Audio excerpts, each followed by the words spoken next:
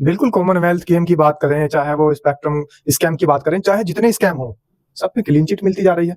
तो इससे साफ ज़ाहिर हो रहा है कि कांग्रेस की नीतियाँ हमेशा से देश हित में रही है और राहुल गांधी ने जो जातीय जनगणना की बात उठाई है, उनका कोई जाति फ़ायदा नहीं है इससे, उनका कोई पर्सनल इससे इंटरेस्ट नहीं है, वो देश के लिए सोच रहे हैं और वो चाह रहे हैं कि देश का जो एक तबका है, जो निचला तबका है, जो दबा-कुचला है, जो दलित है, शोषित है, वंचित है, जो कि पिछड़ा है, माइनॉरिटी है, अल्पसंख्यक है, ऐसे तबकों को ऊपर उठाने के बाद ही देश को आगे बढ़ाया जा सकता है। लेकिन सरकार के कुछ मंत्री और बड़बोले नेताओं की बड़ी फजीहत हो रही है। नमस्कार, स्वागत है आपका। मेरा नाम है विपिन बेबाक, मेरे साथ मेरे सहयोगी सादाब रिजवी। धन्यवाद साहब। कांग्रेस नेता और लोकसभा में नेता प्रतिपक्ष राहुल गांधी ने केंद्र सरकार की जनगणना के साथ जातीय जनगणना कराने के फैसले का स्वागत किया है। उन्होंने कहा है कि ये कांग्रेस का विजन है जिसे सरकार ने अपनाया है। राहुल गांधी ने तेलंगाना में कांग्रेस सरकार द्वारा किए गए जातीय सर्वे को एक मॉडल बताते हुए इसे राष्ट्रीय स्तर पर लागू करने के लिए ब्लूप्रिंट के रूप में प्रस्तुत किया। उन्होंने कहा कि हम इस फैसले का समर्थन करते हैं और जानना चाहते हैं कि यह कब होगा। तेलंगाना एक मॉडल बना है जो ब्लूप्रिंट बन सकता है। जातीय जनगणना को डिजाइन करने में हम सरकार की पूरी तरह मदद करेंगे। राहुल गांधी ने केंद्र सरकार के जातीय जनगणना के फैसले को कांग्रेस के कैंपेन का परिणाम बताया। उन्होंने कहा कि यह हमारा विजन है जिसे सरकार ने अपनाया है। हमारे कैंपेन का असर हुआ है। हमने संसद में कहा था कि हम जातीय जनगणना को लागू अवश्य कराएंगे। उन्होंने सरकार से इसकी समय सीमा पर स्पष्टता मांगी है और सवाल किया है। हम सरकार से पूछना चाहते हैं कि इसकी टाइमलाइन क्या है, कब और कैसे जातीय जनगणना लागू होगी। इसके साथ ही उन्होंने आरक्षण की 50% सीमा हटाने की मांग उठाई है ताकि सामाजिक न्याय को और मजबूत किया जा सके। राहुल ने जोर देकर कहा है कि यह कदम समाज के सभी वर्गों को उचित प्रतिनिधित्व और अवसर प्रदान करने में महत्वपूर्ण होगा। राहुल गांधी ने जातीय जनगणना को सामाजिक न्याय की दिशा में पहला कदम करार दिया है। सादाब रिजवी, क्या कहेंगे? बिल्कुल, राहुल गांधी तो बहुत समय से जातीय जनगणना के लिए लड़ाई लड़ते चले आ रहे हैं और उनकी जीत हुई आखिरकार। लेकिन इसके अंदर हम ये नहीं कह सकते कि सरकार की इसके अंदर फजीहत हुई है। बहुत सारे लोग जो है वो चिढ़ाने के मीम बना रहे हैं, कुछ विपक्ष के नेता भी हैं, कुछ देश के और राजनीतिक पार्टियों से जुड़े हुए लोग हैं, वो कह रहे हैं कि भाई भारतीय जनता पार्टी की सरकार की हार हो गई। भारतीय जनता पार्टी की सरकार की हार तो जब कह सकते हैं जब उन्होंने कांग्रेस की नीतियों को कभी भी ना अपनाया हो। भाजपा तो हमेशा से कांग्रेस की नीतियों को अपनाकर काम करती चली आ रही है।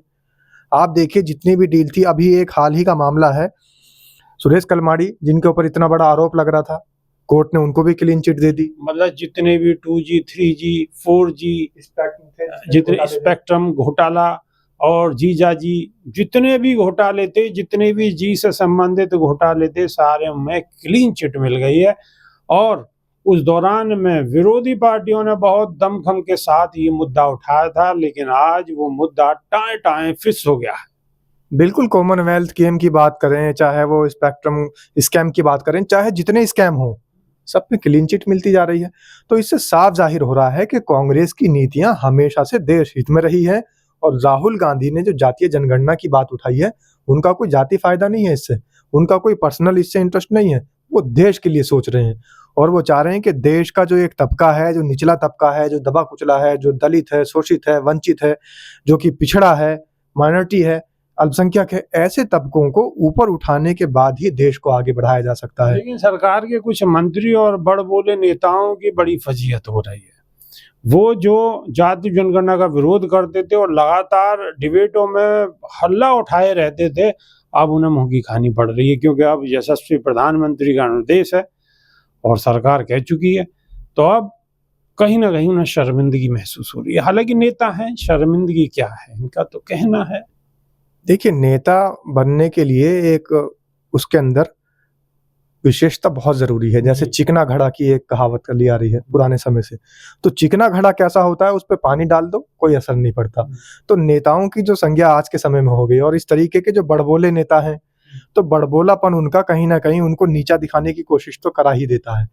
अब जैसे जो नेता इस बात के लिए कह रहे थे कि भाई जातीय जनगणना हम नहीं करने देंगे, देश के अंदर जातीय जनगणना नहीं होगी, और एक सबसे बड़ी बात, हाल ही में, ये तो जातीय जनगणना की बात तो पुरानी हो गई, हाल ही में देश के अंदर एक बड़ा ट्रेंड चला रही थी गोदी मीडिया, साथ ही जो विपक्ष के नेता हैं वो बार बार आवाज उठा रहे थे कि हम देश के साथ खड़े हैं पहलगाम हमले को लेकर।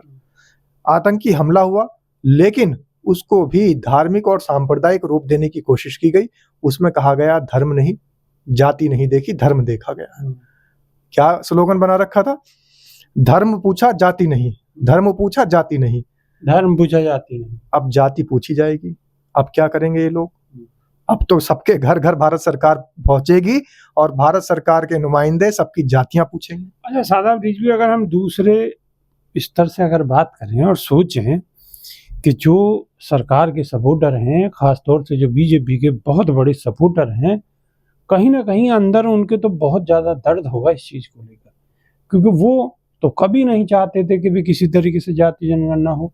और अब सरकार का जो ये सरकार ने जो लागू किया है कि भाई जाति जनगणना होगी, तो कहीं ना कहीं उनके सीने पे तो सांप लौट रहे होंगे। देखिए, राष्ट्र प्रेमियों की अब जो है कैटेगरी बढ़ गई है। वो भी समय था जब भारतीय जनता पार्टी की सरकार थी, अटल बिहारी वाजपेयी प्रधानमंत्री थे देश के। तो अटल बिहारी वाजपेयी विपक्ष के नेताओं को बुला करके सर्वदलीय बैठक करके उनसे मशवरा करते थे, उनसे सलाह लेते थे किसी भी योजना को क्रियान्वित करने के लिए। और हमेशा से अटल बिहारी वाजपेयी कहते थे कि अगर विपक्ष के लोग यहाँ पर बैठकर देश हित में कोई अच्छी सलाह दें तो हम उसको स्वीकार करेंगे। स्वीकार करते भी थे, चाहे उन्हें कितने भी पार्टी के जो कार्यकर्ता हैं या जो कट्टर सोच रखने वाले हिंदूवादी नेता अपने आप को बताने वाले लोग हैं, वो उसका भले ही विरोध करते हों या अंदर खाने जो है उनके दिल के अंदर कहीं ना कहीं अंतरात्मा उनकी दुखती रहती हो। वही दौर अब चल रहा है। उसी समय जो अटल बिहारी वाजपेयी के समय में भारतीय जनता पार्टी फैसले लेती थी और विपक्ष को बुलाती थी, आज फिर वही बात दोहराई गई है और नरेंद्र मोदी सरकार ने फिर विपक्ष की बात को माना है। अब राहुल गांधी तो बार बार कह रहे थे कि हम इतना दबाव बना देंगे, इतना दबाव बना देंगे कि विपक्ष में बैठे बैठे भी सरकार चलाकर दिखाएंगे। राहुल गांधी की बात में तो दम नजर आ रहा है, लेकिन जो आप जिनकी बात कर रहे हैं, जो कि राष्ट्रभक्त कहने वाले लोग हैं अपने आप को, हालांकि वो तो अंधभक्त हैं, वो किसी तरीके कोई भक्त नहीं है, सिर्फ वो अंधभक्त हैं।